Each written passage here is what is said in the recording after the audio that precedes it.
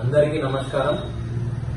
కాంగ్రెస్ ప్రభుత్వం ఎంత తెలివిగా ప్రజల్ని మోసం చేస్తుందని తెలియడానికి ఈ రోజు ఒక నిదర్శనంగా పేపర్లో నేను ఒక వార్త చదవడం జరిగింది.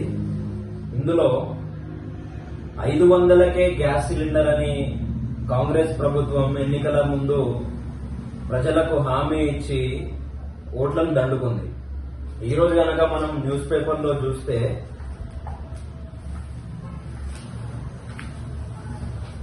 ఉజ్వల పథకం కింద ఏదైతే సెంట్రల్ గవర్నమెంట్ వినియోగదారుడికి 340 రూపీస్ 340 రూపాయలు ఏదైతే వాళ్ళు డిస్కౌంట్ ఇస్తున్నారో దాన్ని ఆ స్కీమ్ ని కాంగ్రెస్ ప్రభుత్వం వాడుకుంటుంది.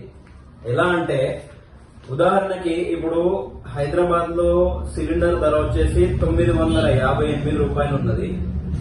దాంట్లో 340 రూపాయలు సెంట్రల్ గవర్నమెంట్ వాళ్ళకి మినహాయింపు చేయగా మిగతా మనకు వచ్చేది 518 రూపాయలు.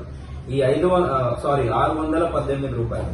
ఈ 618 రూపాయల్లో కాంగ్రెస్ ప్రభుత్వం అంటే వినియోగదారుడు 500 చెల్లించిన తర్వాత మిగతా 118 రూపాయలు కాంగ్రెస్ ప్రభుత్వం రిటర్న్ మళ్ళీ వినియోగదారులకి చెల్లిస్తుంది. అంటే మహాలక్ష్మి గ్యాస్ వినియోగదారులకి చెల్లిస్తుంది.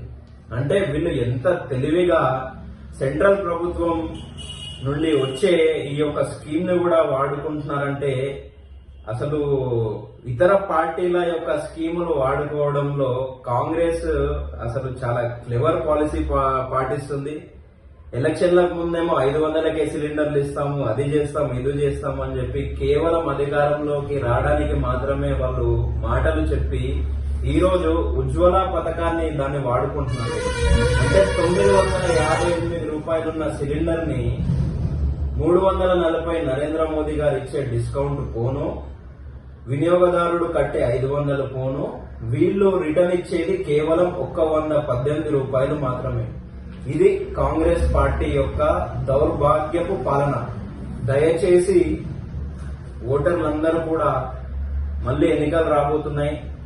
ఇలాంటి కాంగ్రెస్ యొక్క మోసపూర్వక హామీలను చూసి ఇకనైనా ఓటు వేయడం మానుకొని నిజంగా ఎవరైతే ఏ ప్రభుత్వం అయితే పేదలకు గాని బడుగు బలహీన వర్గాలకు గాని ప్రజలకు గాని స్వచ్ఛమైన పాలన అందిస్తున్నారో ఆ ప్రభుత్వానికే మీరు పట్టం కట్టాలని నేను మనస్ఫూర్తిగా కోరుకుంటున్నాను.